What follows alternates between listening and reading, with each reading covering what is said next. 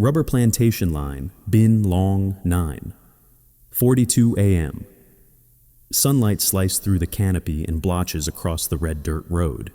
With the handset pressed to his ear, First Lieutenant Daniel Roberts of the artillery stood frozen as gunfire came back over the radio, rapid cold like metal striking straight into the skull. Alpha 3 is pinned down. We need fire now. Repeat, need fire now. The platoon sergeant's voice came through, swallowed by wind and the whistle of rounds.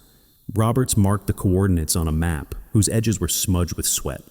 Distance 18.4 meters there. Terrain rubber plantation, low canopy, high humidity. Nearest guns, battery C 105 millimeters. Minimum response time 12 minutes. In a close quarters ambush, 12 minutes is a death sentence. Alpha 3 fire mission is being called. Hold your position. He said it though, he knew they wouldn't hold. The radio clicked again this time, only ragged breathing amid the chaos. There to the east, 40 meters. Damn it. We can't hold. Roberts clenched the handset. 40 meters meant the Viet Cong had dug in so close to the ground that an M16 sight couldn't be lowered in time. Situations like that always ended the same way, fast, brutal, and beyond help. At the base, the gun crew was moving. He rounds were pulled, sights flipped up, barrels trained. But Roberts knew this. The dense jungle skewed coordinates. You needed at least 3 ranging rounds to adjust each round, adding dozens of seconds. Out there, every second was blood. Alpha 3, prepare to adjust, he said, but the radio filled with static, steady and cold as the breathing of a sleeping beast. That silence, any artillery officer in Vietnam would recognize it. The battle had ended in the worst way. When the first rounds finally fell into the rubber, they only threw up thin columns of red dust. Beneath them, Alpha 3 had vanished. On the red earth, a smear of blood dragged between rubber roots remained proof they'd tried to pull one another out with whatever was left. By midday, a Huey brought the squad's bodies back to base. Roberts stood at the edge of the landing zone, watching stretchers mud-streaked being carried down. A soldier reported quietly, pinned for 3 minutes, many wounded. Roberts opened a leather-bound notebook. The page was stained from the last rain. He wrote one short line, heavy as lead distance kills. He stood there until the noon sun turned harsh and white guns too far, fire too late, infantry dead. Across the canopy, the enemy refined their ambushes daily, digging closer, hiding deeper, massing faster. Roberts had only 105s nearly 20 kilometers from the fight. That distance was the noose around every patrol. He understood perfectly if the guns stayed back, they would keep coming late and keep collecting bodies. The guns had to be pulled forward right into the woods even if it sounded like madness. A field fortification built in under 24 hours, placed close to the route, able to swing the guns in seconds. A fire support base. And the moment Roberts thought of it, the race with death officially began. B-12 Artillery Base. Bin Long 1405. Afternoon sunlight spilled across the red dirt lot, stained with engine oil. Roberts stood over a map spread across the hood of an old M548 with Captain Barrett beside him and Staff Sergeant Kramer, a man who had spent enough years in Vietnam to know that any new idea usually came with lethal risks. Roberts slashed a pencil line across the rubber plantation, where Alpha 3 had been wiped out that morning. The guns are here, he tapped battery C. The fighting is here. The pencil slid down the 18-kilometer gap. This distance makes artillery useless on the battlefield. Barrett folded his arms. You're talking about pulling guns into the jungle. There's no road access. We don't need a road, Roberts said plainly. A CH-47 can sling load each 105 into a clearing. We clear the ground with TNT throw-up fortifications in 24 hours. Put a fire support base right on the movement route. Kramer smirked. Build a fort in the jungle with sandbags and scrap. With anything that still works, Roberts replied. It just needs to stand long enough to fire. Barrett shook his head. We're short on engineers, sandbags, even counter-battery radar. The CH-47s only have 3 free runs this week, and you want an entire FSB built in a day? You think we have another option? Barrett stared at the map, sweat soaking into his collar. He understood. Keep the guns in the rear, and every ambush would end like this morning. Push them into the jungle, and they'd be exposed to 82mm mortars and sappers. You understand how dangerous this is, I do. But standing here waiting for infantry to die is more dangerous. Barrett looked to Kramer. Your take. No counter-battery radar means an FSB will get chewed up by mortars before we can respond. Roberts cut in. There's an MPQ-4 frame in the scrapyard. The generator's dead, but the direction unit still works. We can pull the antenna off the radar that blew up last month and rig up a temporary counter-battery set. Kramer looked at him like he'd suggested patching an airplane with wire, but he didn't object. In Vietnam, improvised fixes had saved entire platoons. Sandbags, Barrett asked. Clay mixed with straw. Locals along the Vam Co use it for levees all monsoon season, strong enough to take low-yield blasts. Engineers use gun crews. I can train them in 2 hours, stack it thick, survive the first round first. Barrett glanced toward the southern tree line, blank green squares on a map, but in reality, the place where life and death traded seconds. You know, if this fails, the enemy walks away with a complete 105, I know. And if mortars hit while the CH-47 is lowering the guns, one good hit and everyone dies. But leave the guns in the rear and the infantry die first. Barrett stared again at the black pencil mark, the 18 kilometers that had killed Alpha 3. He took a long breath, voice hardening. All right, do it. If we want to survive, we change the rules. Roberts nodded, tore a page from his notebook, and wrote a short line. A rapid FSB right on the route. Big decisions in war always began in silence. Outside, the UH-1 rotors beat steadily like a countdown clock. Roberts looked to the sky, then toward the dense southern jungle. They had 24 hours to turn it into a fortress, or into the grave of the entire gun crew. Southern Bin Long Rubber Plantation, 05. 12 a.m. Roberts stood in the clearing that had been blasted open with TNT half an hour earlier. The patch of jungle was stripped clean, just wide enough to build the FSB. Southwest corner still has a big root stump, Sir Kramer reported. Cut it. 19 hours left. Another TNT charge went off, flipping the stump aside. The ground was flatter now, but still not enough for the gun circle the helicopter lane, the access path, and the radar site. Everything had to be finished before nightfall. If the VC attacked while the fortifications were still thin, the entire base would be crushed on the spot. A heavy rotor thump rolled through the trees. A CH-47 appeared sling-loading the first 105mm howitzer. Drop in 3, 2, 1. The gun hit the ground, throwing up a spray of dirt. Roberts checked quickly the barrel was intact.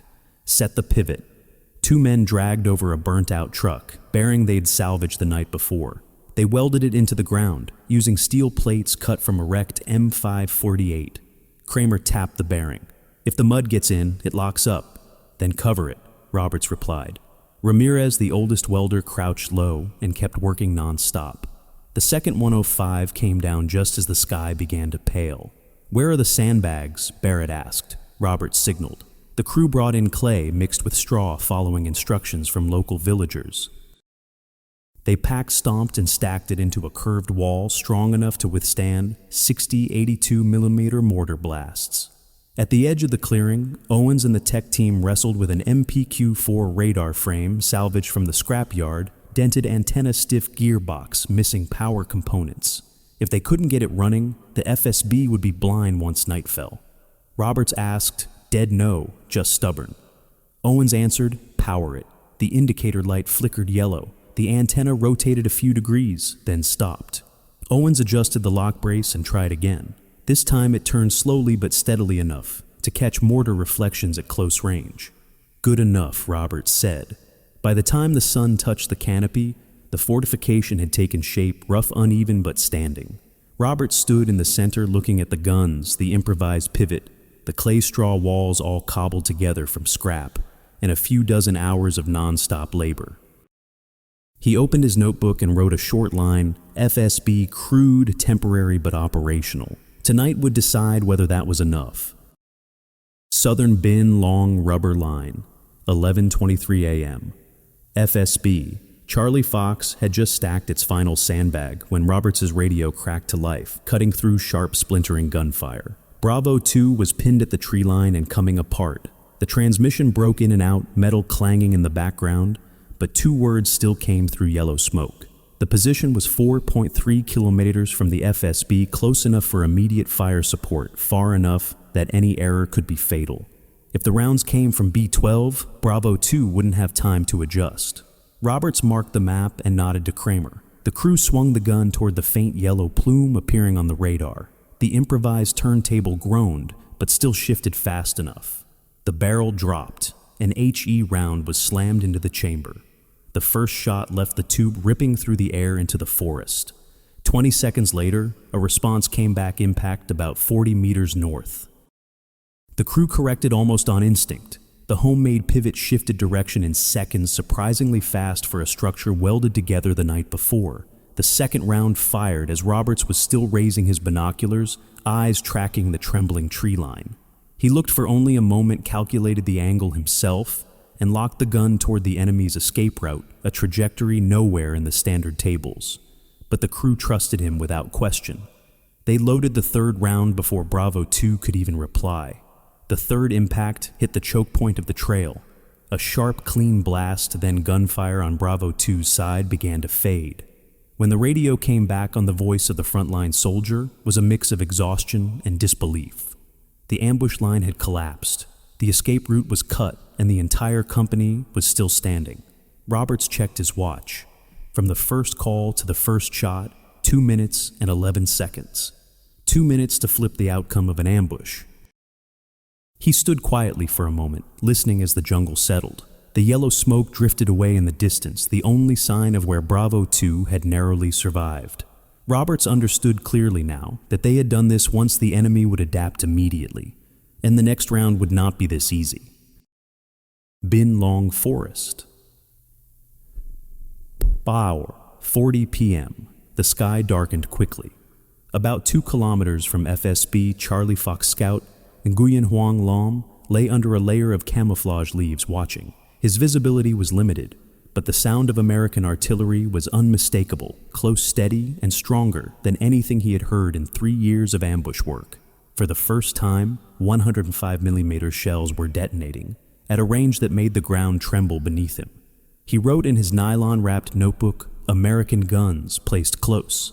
Reaction time extremely fast. The delay the 307th Company had relied on for years. The window between firing and U.S. counterfire had disappeared after the Bravo 2 engagement. Behind Lamba Thin appeared silently. He looked toward Charlie Fox. The firing was consistent, rapid, and clearly no longer coming from a distant base. The entire area had changed in a single night.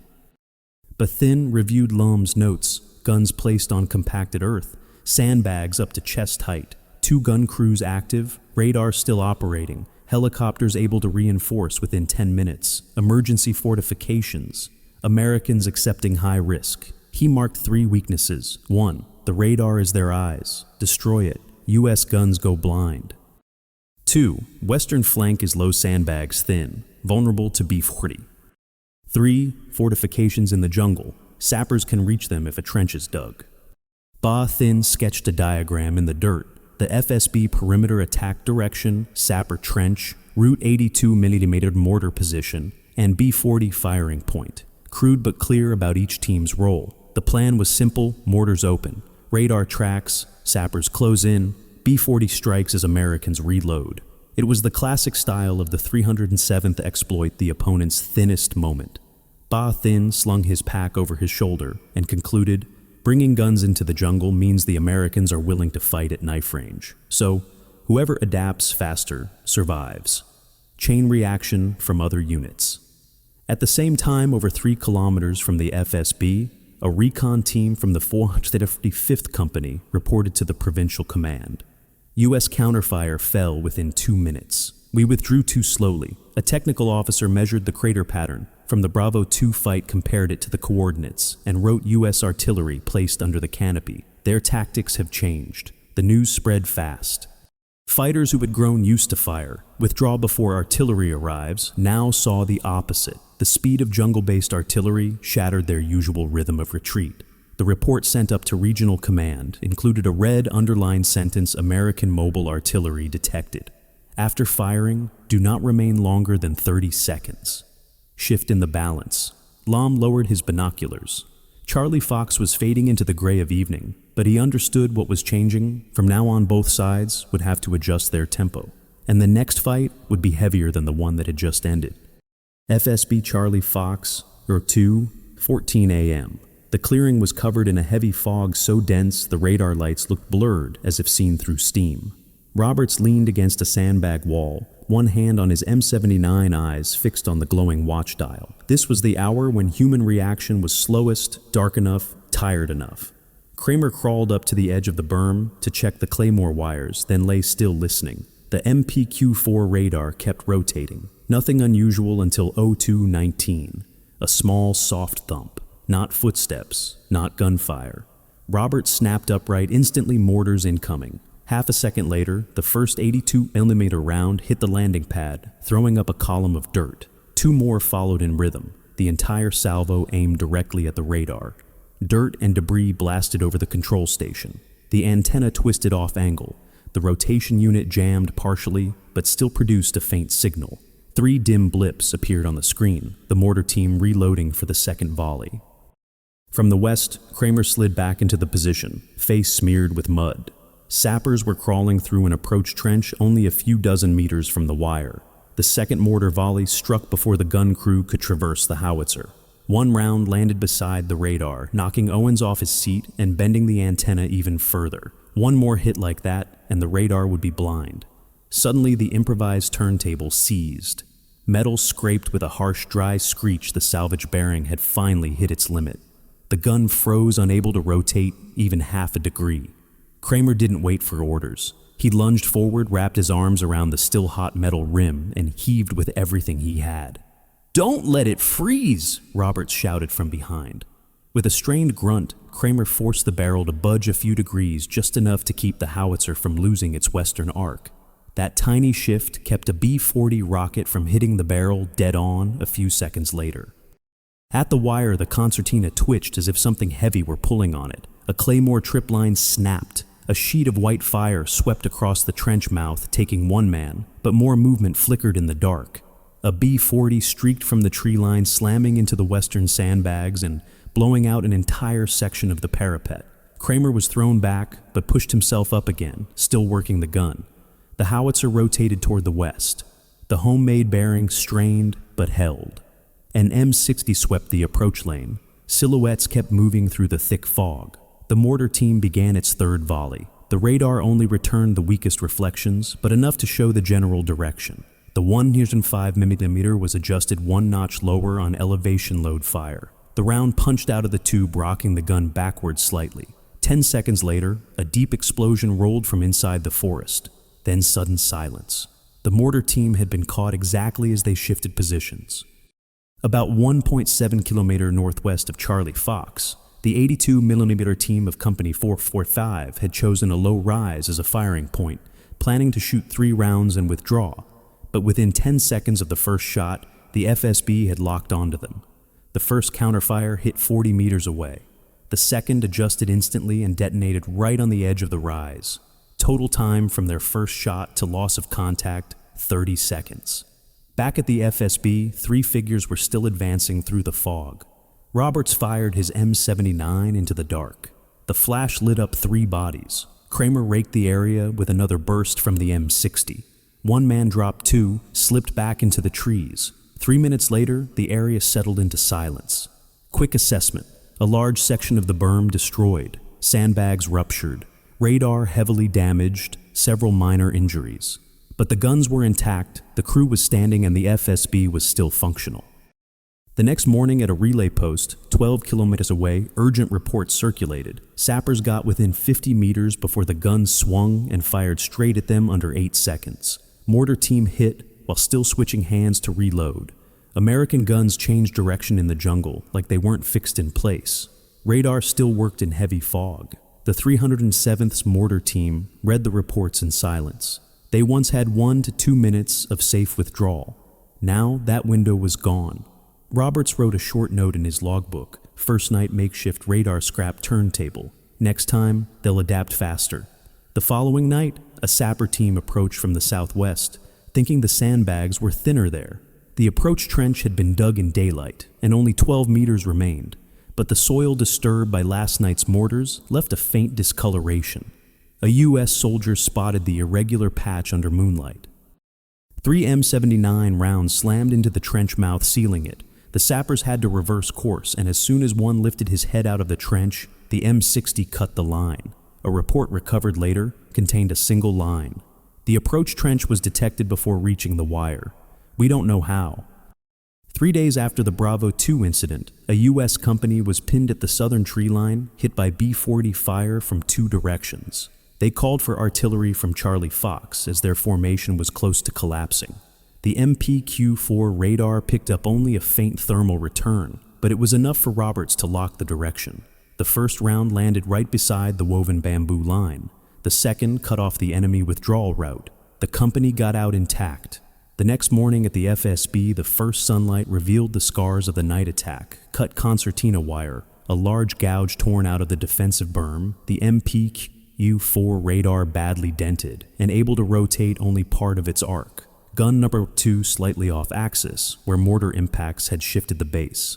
The gun crew was exhausted to the bone, but still standing, and to Roberts that was enough to keep fighting. Across the lines, reconnaissance reports kept coming. In the western sector of the berm was thin. Counterfire fell in just over a minute. Ba Thing underlined 3 points northwest blind spot. Slowing traverse, defenses not deep enough, then issued the order, hit the blind spot. Tonight. The Bin Long Provincial Command also sent out an urgent notice the mortar team had been hit right after the first salvo sappers approaching undercover had been detected, even after digging in, and American guns were shifting direction as fast as a mobile firing position. The new directive read, "In areas with an FSB, do not stay in one place more than 30 seconds after firing." Roberts stood in the wrecked but still alive FSB, looking at the guns, the radar, the men. "Round one's over," he murmured. "They'll be back." Charlie Fox wasn't a ghost unit like the SAS. It was something else entirely, a mobile fire point, fast enough to change the math for an entire stretch of forest.